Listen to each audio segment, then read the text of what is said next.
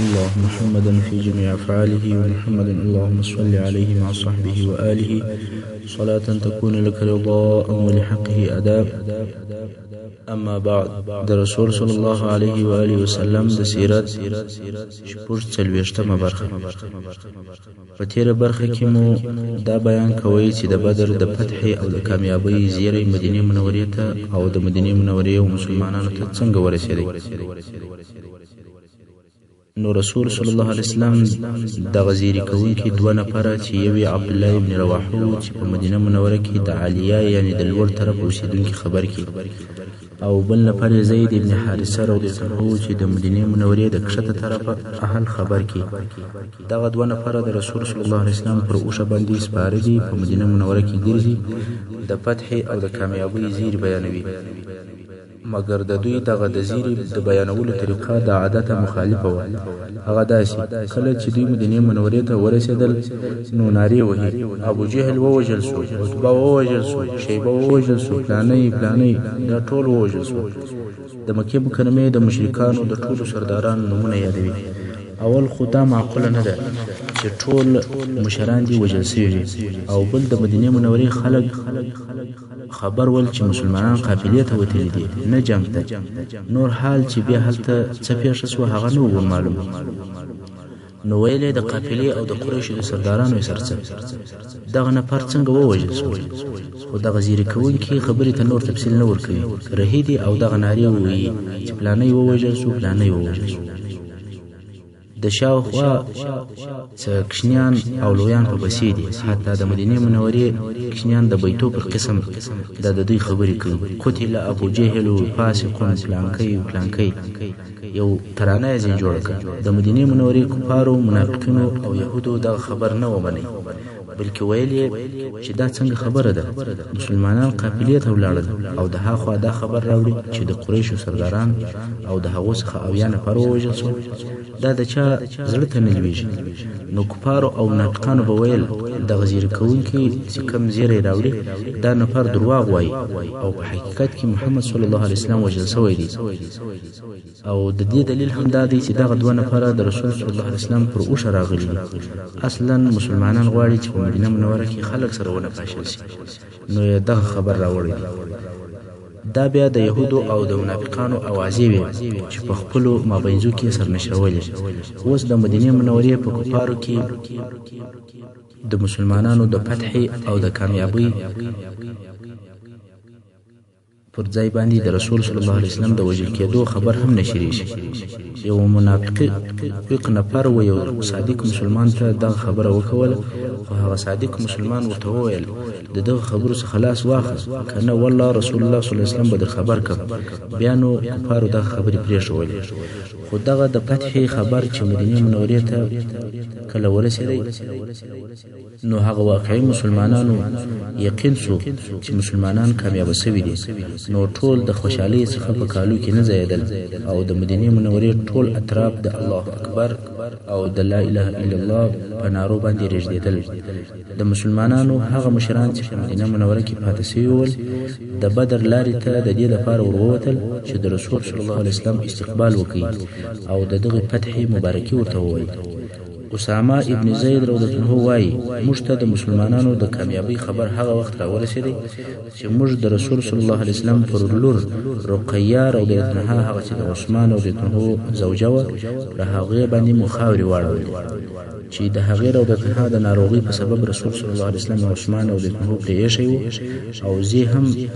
د دې دپاره فرصت پرې ایښوم چې د دوی سره کومک او مرسته وکړم. نو د رسول صلی الله علیه وسلم لور رقیه رضی الله عنها د بدر د غزا په وخت کې وفات شوه. انا لله انا الیه راجعون.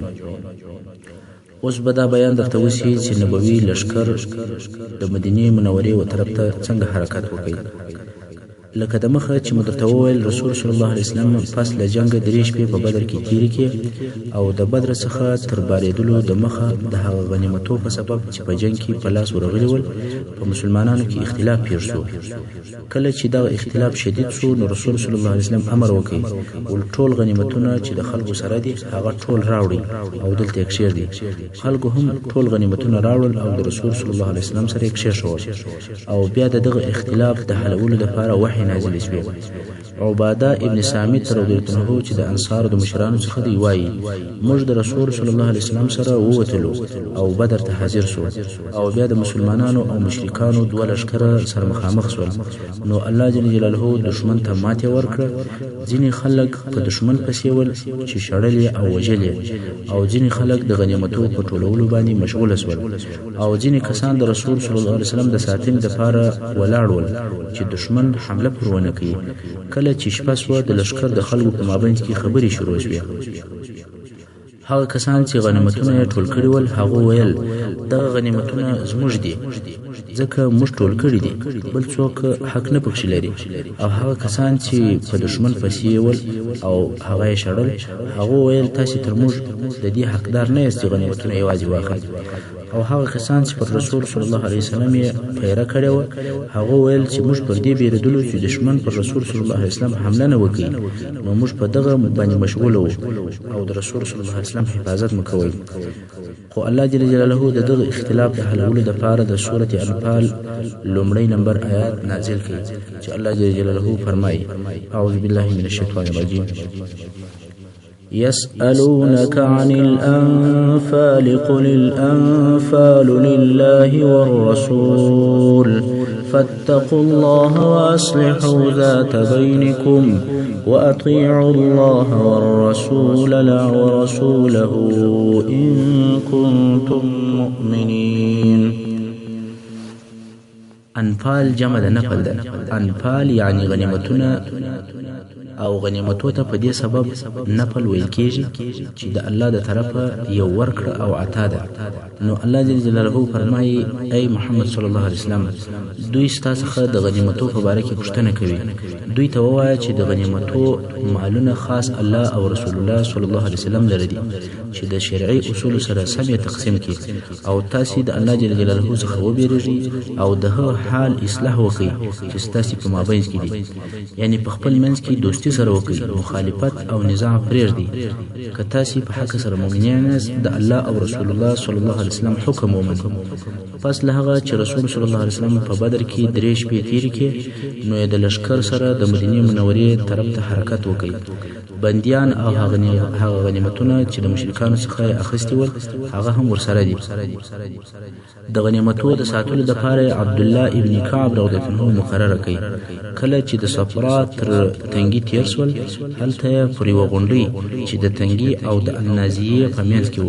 دلته یې واړوئ او دلته یې غنیمتونه پس له هغه چې خمس یې ځینې وایستی په مساوي او برابر ډول سره پر لښکر وویشل. کله چې رسول صلی الله علیه وسلم د لښکر سره الروحا ته ورسېدی دلته د هغو مسلمانانو سره یو ځای سو چې د رسول صلی الله علیه وسلم د استقبال او د فتحې د مبارکۍ دپاره راوتلي وو. رسول صلی الله علیه وسلم او لښکر ته یې راغلی او د فتحې مبارکي وویل. د لښکر څخه یو ځوان و هغه راغلو نفرو ته وویل پر چیشي مبارکي راته وایاست. د څو سپین ږیرو او زړو خلکو سره مخامخ شو ومو وهل او ومو وژل. په 2 ساعت کې جنګ پای ته ورسېد. رسول صلی الله علیه وسلم د دې خبرې څخه وخندل او بیا یې وفرمیل ای وراره داسې مه وایه هغه خلک د قوم مشران او سرداران ول. اسید ابن حضیر رضی الله عنه چې په پاته سوو کسانو کې و رسول صلی الله علیه وسلم ته وویل یا رسول الله حمدی هغه الله لره چې تی کامیابه کې په والله یا رسول الله د بدر څخه زما پاته کېدل په دې سبب ول چې ما هیڅ دا ګمان نه کوئ چې ته به د جنگ او د لښکر سره مخامخ شې بلکې زما دا یقین و چې یو فقط یو قافله ده که زه په دې پوهېدلی چې ته د دښمن سره مخامخ کېږې هیڅ کله به نه وای پاته سوی. رسول صلی الله علیه وسلم ورته وفرمیل صدقته ته رښتیا وایې او دا خبره صحیح ده. بیا رسول صلی الله علیه وسلم مدینې منورې ته په داسې حال کې داخل شو چې په جنگ کې بری حاصل کړی و او کامیاب شوی و. په مدینه منوره کې او د هغې پر شاوخوا د اسلام ټول دشمنان ځین وبېرېدل او د اهل مدینې څخه ډېر خلک اسلام ته داخل شول. حتی په دغه وخت کې عبدالله ابن ابی منافق او د نور ملګرو هم په ښکاره سره ایمان ظاهره کوي خو په حقیقت کې هغه پخواني ګمراهان او کافران وو. هغه د جنگ بندیان د رسول صلی الله علیه وسلم تر راتګ یوه ورځ وروسته مدینې منورې ته راوستل شول. رسول صلی الله علیه وسلم پر خپل اصحابو وویشل او د دوی سره د ښه گزاري او پستي معاملې سپارښت وکړ. نو صحابه کرامو په خپل خورما خوړل او بنديان به په ډوډۍ باندې مړول. تاسو په هیڅ چې هلته ډوډۍ تر خورما ډیره معتبره و. د هغه وخت ډوډۍ لکه د نن ورځې غوښي. نو اصحاب کرامو د رسول صلی الله علیه وسلم د سپارښت په سبب دوی ته ډوډۍ ورکوله او خپل خورما خوړل. او خورما خو هغه به قدر شی و چې اهل مدینه به د خورما د موسم په وخت کې خپل بودګانو ته هم ورکوله. اوس چې رسول صلی الله علیه وسلم مدینه منورې ته ورسېدی او بندیان هم راوستل شول، نو رسول صلی الله علیه وسلم د بندیانو په باره کې د خپل اصحاب کرامو سره مشوره وکړه چې څه ورسره وشي. ابوبکر صدیق رضی الله عنه وویل یا رسول الله، دا خلک زموږ قوم دي، د اکا زامن او زموږ ورونه دي. زما په فکر چې د دوی څخه فدیه واخلو او الهه کو، نو دغه شی چې موږ د دوی څخه اخلو دا به زموږ لپاره پر کفارو باندې اقتصادي قوت شي او ممکن چې الله جل جلاله دوی ته هدایت وکړي او مسلمانان شي چې بیا به زموږ لپاره د بازو قوت هم وي. رسول صلی الله علیه وسلم عمر ابن خطاب رضی الله عنه ته مخ ور واړوي او وی فرمایي ته څه وایې یا ابن خطاب؟ عمر رضی الله عنه وایي ما ورته وویل زما رایه د ابوبکر رضی الله عنه د رایې څخه مخالفه ده. زه بیا وایم چې ما ته اجازه راکړه چې د پلانکي غاړه وپرې کړم. د خپلو اقرباو څخه یو نفر یاد کړي چې هغه هم مشرک او په دغه بندیانو کې راغلی او علي رضی الله عنه ته اجازه ورکړه چې عقیل ابن ابي طالب د هغه غاړه ووي. عقیل د حضرت علي صاحب ورور او حمزه ته اجازه ورکړه چې خپل ورور پلانکي غاړه وکړي او د بندیانو څخه هر یو هغه خپل قریب او دوست لاس ورکړ چې مړی کی. دا د دې لپاره چې الله جل جلاله ته وښکارا کو چې زموږ په زړه کې د مشرکانو او د هغو د سردارانو او د رئیسانو او د مشرانو سره زموږ په زړه کې هیڅ دوستي نشته، که څه هم زموږ اقربا وي. حضرت عمر رضی الله عنه وایي چې نبی الرحمه د ابوبکر صدیق رضی الله عنه رائے او نظر خوښ کړ او هغه چې ما ورته ویلو هغه نه قبول، ځکه د عمر رضی الله عنه رائے کې ډېر شدت پروت او د نور اصحاب کرامو هم د ابوبکر صدیق رضی الله عنه په مثل سره نظر او رائے و. نو فیصله پر دې وسوه چې بندیان به د فدیه په مقابل کې ایله کوو. بیا نو رسول صلی الله علیه وسلم مکې مکرمه ته حال ولېږي چې راسي خپل بندیان مو د فدیه په مقابل کې بوزي. په دغه باره کې الله جل جلاله د سورۃ انفال 8 او 8 نمبر آیاتونه نازل کړل چې دا رسول صلی الله علیه وسلم او هغه اصحاب کرامو ته چې دغه د فدیه د اخیستلو نظر خوشوي، عتاب او ملامتیا و. الله جل جلاله فرمایي اعوذ بالله من الشیطان الرجیم ما كان لنبي أن يكون له أسرى حتى يثخن في الأرض تريدون عرض الدنيا والله يريد الآخرة والله عزيز حكيم. نبی لره دا نشي چې دی بندیان ولري تر هغه وخت چې دی په ځمکه کې قوي سي، یعنی د مخ تر دې چې د کفارو په ډیر وجلو او زخمی کولو قوي سوی نه وي. دا نه د پکار چې بندیان ونیسي او فدیه ځینې واخلي. دا اول او ابتدایي جنگونه دي، دلته باید شدید واوسي. تاسو د فدیه په اخیستلو کې د دنیا د اسبابو اراده لري او الله جل جلاله تاسو ته د کفارو د وجلو په سبب د آخرت ثواب اراده لري او الله ډیر قوي، غالب او ډیر حکیم دی. ټول کارونه په حکمت سره چلیږي. او بیا رب جل جلاله فرمایي لولا كتاب من الله سبق لمسكم فيما أخذتم عذاب عظيم. کداغه د فدیه حکم د الله له طرفه په خواله نه ویل کول سوی، نو خامخا به تاسو ته د دغه فدیه اخیستلو په سبب ډیر لوی عذاب درکول سوی وای. د دغه آیاتو تر نزول وروسته رسول صلی الله علیه وسلم ناستو او ژړل. ابو بکر صدیق رضی الله عنه را لې ویریدل چې رسول صلی الله علیه وسلم ژاړي، نو یې د رسول صلی الله علیه وسلم څخه د ژړا د سبب پوښتنه وکړه. رسول صلی الله علیه وسلم دا آیات چې په تلاوت کړي هغه هم ورسره په ژړا شو، ځکه دا د هغه نظر هم و چې فدیه دی واخیستل شي. حضرت عمر رضی الله عنه وایي چې شپه تیره شوه او په سهار کې رسول صلی الله علیه وسلم ته ورغلم، که ګورم دوی دواړه ناستي او ژاړي.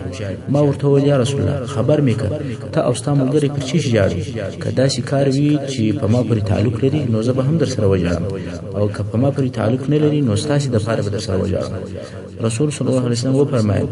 زموږ د ژړا سبب هغه د فدیې د اخیستلو رایه ده چې ستا ملګرو راته وویل او ما د دوی عذاب د دغه ونې سره نږدې ولیدی او راښکاره سو. هلته نږدې یو ونه وه چې هغه ته رسول صلی الله علیه وسلم اشاره وکړه او دا چې الله جل جلاله فرمایي لولا کتاب من الله سبقه، یعنی که د الله جل جلاله له طرفه د مخه د فدیې حکم نه وی لیکل سوی نو دغه د فدیې حکم د مخه چیرې لیکل سوی دی؟ د دې په جواب کې به ووایو چې هغه د سورة محمد صلی الله علیه وسلم په 4 نمبر آیات کې چې الله جل جلاله فرمایل فإما منا بعد وإما فداء، یعنی کله چې مبندیان ونیول یا تاسې فدیه ځینې واخلي یا یې مفت ایله کوي. څنګه چې دلته د بندیانو څخه د فدیې د اخیستلو اجازه ورکړل سوې وه نو ځکه مسلمانانو ته عذاب نه ورکول سو او عتاب بیا په دې سبب ورکول سو چې د مخه تر دې چې مسلمانان په مځکه کې قوي سي د دښمن د وژلو پر ځای بندیان ونیول او بل دا چې فدیه د هغو کسانو څخه قبوله کړه چې هغه یوازې د جنگ بندیان نه ول بلکې د جنگ لوی مجرمان هم ول. حتی د نن ورځې بین المللي قانون چې د جنگ مجرمان ونیسي نو د هغو محاکمه او پر هغو باندې کوم فیصله سره راوځي هغه اکثره وخت یا د اعدام فیصله وي یا د ابدي بند او د جیل فیصله پر راوځي. نو دا کسان چې کم فدیه ځینې اخیستل سوې وه دا یوازې کافران او بندیان نه ول بلکې د جنگ لوی مجرمان هم بلل کېدل. خیر الله جل جلاله د دغه فدیې اخیستلو عفو وکوله او فدیه را شروع شوه.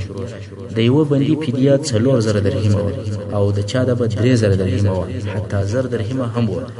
د بندي حال ته کتل کېدل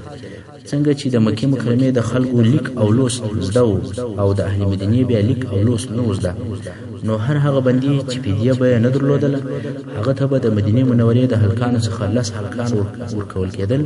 چې لیک او لوست ورزده کړي. کله چې به لیک او لوست ورزده کړي دغه به فدیه سوه او بندي به پرېښود. رسول صلی الله علیه وسلم د څو بندیانو سره احسان هم وکړي چې بیل فدیه یې ایله کړي چې د هغې جملې څخه یو مطلب ابن حنتب او بل صیفي ابن ابي رفاع، ځکه هغه وویل چې زه په مکه مکرمه کې مال لرم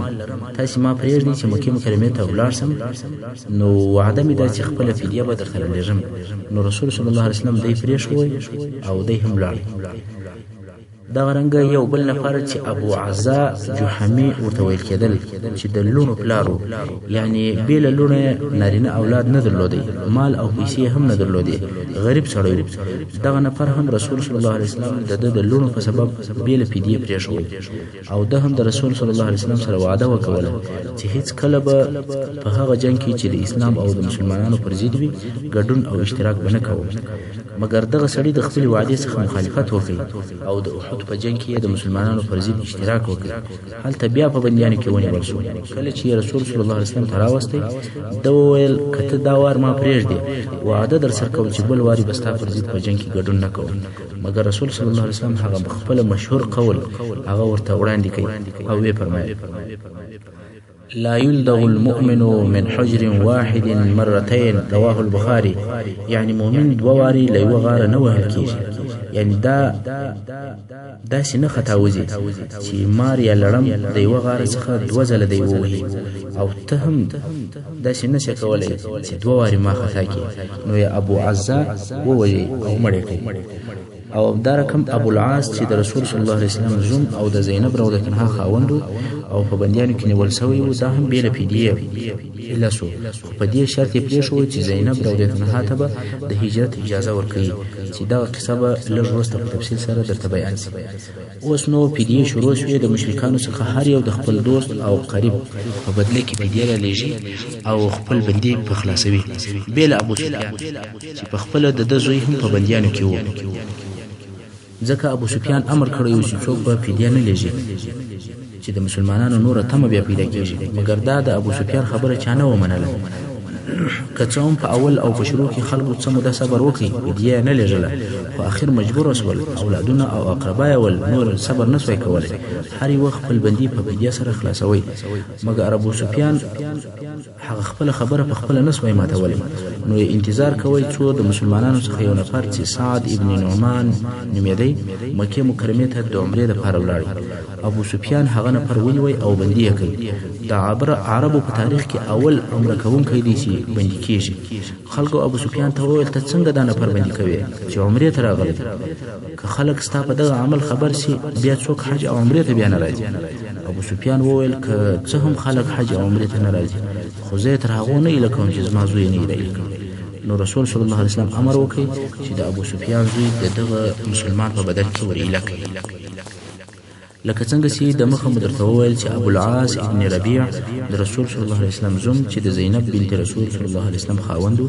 دا هم په بندیانو کې نیول شوی و زینب رضیالله د مخه تر هجرت یا د مخه تر دې چې د مسلمانانو ښځو نکاح د مشرکانو سره حرامېدله د حضرت خدیجې رضیالله عنها په خواهش او په غوښتنه دغه ابو العاص ته په نکاح باندې ورکړل شوله او پس له بعثته خدیجې رضیالله عنها او د دې ټولو لونو ایمان راوړی مګر ابو العاص پر هغه خپل شرک باندې پاته و د بدر په جنګ کې د کفارو سره راووتی او په بندیانو کې ونیول شو څنګه چې ابو العاص داسې څوک نه درلودی چې د ده فدیه ورکړي او زینب رضیالله عنها هم مال او پیسې نه لري چې د ده د فدیې دپاره یې ولېږي نو یې د خپلې مور خدیجې رضیالله عنها چې تر هجرت د مخه وفات شوې وه هغه امیل یا غاړګۍ چې دې ته یې د دې د واده په شپه ورکړې وه د څه نور مال سره رسول صلی الله علیه وسلم ته راولېږله چې دا د ابو العاص فدیه رسول صلی الله علیه وسلم چې دغه امیل ولیدی خدیجه رضیالله عنها یې ورپه یاد شوه او بیا یې وژله هغه ښځه یې ورپه یاد شوه چې د رسول صلی الله علیه وسلم سره یې کومکونه کړي ول او د رسول صلی الله علیه وسلم سره 25 کاله ژوند او وفاداري کړې وه نو یې صحابه کرامو ته وویل که مو خوښه وي چې د زینب رضیالله عنها بندي ور ایله کړو او مال یې هم بیرته ورکړو نو دا به ډېره ښه وي صحابه کرامو هم د رسول صلی الله علیه وسلم د عزت او احترام په سبب ابو العاص بې له فدیې پرېښوی او هغه رالېږل شوي مال یې هم بیرته په لاس ورکړل دا چې رسول صلی الله علیه وسلم ابو العاص بې له فدیې ایله کړي نو ابو العاص دا پر ځان لازمه کړه چې زینب رضیالله عنها باید پرېږدم چې هجرت وکړي او مدینې منورې او خپل پلار ته بیرته راسي او د رسول صلی الله علیه وسلم سره د زینب د رالېږلو وعده هم وکوله کله چې ابو العاص مکې مکرمې ته ورسېدی رسول صلی الله علیه وسلم زید ابن حارثه د انصارو څخه یو بل نفر چې دا دوه نفره یې ولېږل چې تاسې به ولاړ سئ تر یعجج مقامه پورې به ځان ورسوئ یعجج مکې مکرمې ته په 8 میله کې لرې یو ځای دی نو تاسې به یعجج ته ولاړ سئ او هلته به اوسېږئ تر څو چې زینب درته راولي او بیا یې تاسې ته درته تسلیموي بیا به تاسې تر دې ځایه پورې راورسوئ نو دوی دوه هم رهي شول خو دغه رهي کېدل یې تقریبا تر بدر یوه میاشت وروسته او یعجج ته ورسېدل ابو العاص چې د مدینې منورې څخه مکې مکرمې ته ورسېدی زینب رضیالله عنها ته اجازه وکوله چې د خپل پلار او مدینې منورې ته هجرت وکړي او زینب رضیالله عنها هم د هجرت لپاره د خپل کار په سمولو شروع وکوله په دغه وخت کې هند چې د ابو سفیان ښځه وه او د هغه عتبه لور وه چې په بدر کې وژل سوی دا ورته راغله او ورته ویې ویل یا بنتي محمد صلی الله علیه وسلم خبره شوم چې ستا اراده ده چې د خپل پلار و طرف ته ځې زینب رضیالله عنها وبېرېدله چې راوبه مې ګرځوي نو منکره شوه هند ورته وویل ای د اکالو مه منکره کېږه هغه د نارینهو اختلاف او جنګونه د ښځو منځ ته نه راځي هغه د هغو کار دی که ته په دغه سفر کې مال یا کوم سامان ته ضرورت لري نو راته ووایه در پوره به کړم زما سره مال شته زینب رضیالله عنها وایي چې دې دغه خبرې په رښتیا کولې خو زه بیرېدم او د دې څخه منکره وم چې مدینې منورې ته ځم کله چې زینب رضی الله عنها د سامان برابرولو څخه فارغه شوه نو کنانه ابن ربیع چې د دې لیوار او د ابو العاص ورور او شی راوستی او د سپاره کړ خپل غشي او جلدی ورسره واخیستل او په سپینه ورځ یې را رهي کړ قریش په دې قصه خبر شول او پسې راووتل په ذی طوا کې چې د یو ځای نوم دی چې ورسېدل اول هغه څوک چې زینب رضی الله عنها ته ورمخ شو هغه حبار ابن الاسود او پر زینب رضی الله عنها نیزه ورپورته کړ دا وبېرېدل او د ډېرې بیرې په سبب د خپله اوښه څخه لاندې ولوېدل او د دغې بیرې او د لوېدلو په سبب هغه کوچنی چې د دې په نس کې و هغه ولوېدی کنانه ابن ربیع اوښ چوکی غشي او لیندې واخیستې ولوله هر یو کره نږدې سواست نو دا غشی بیا په نس کې وموښتې قریش ځینې وګرځېدل خو ابو سفیان د خبرو دپاره ورته مخه شو او ورته ویې ویل دا دې ښه کار نه وکړ چې ښځه دې په سپینه ورځ د خلکو په حضور راوایستل تا ته هغه زموږ غم او مصیبت هم در معلوم دی چې د محمد صلی الله علیه وسلم د لاسه راته پېښ شو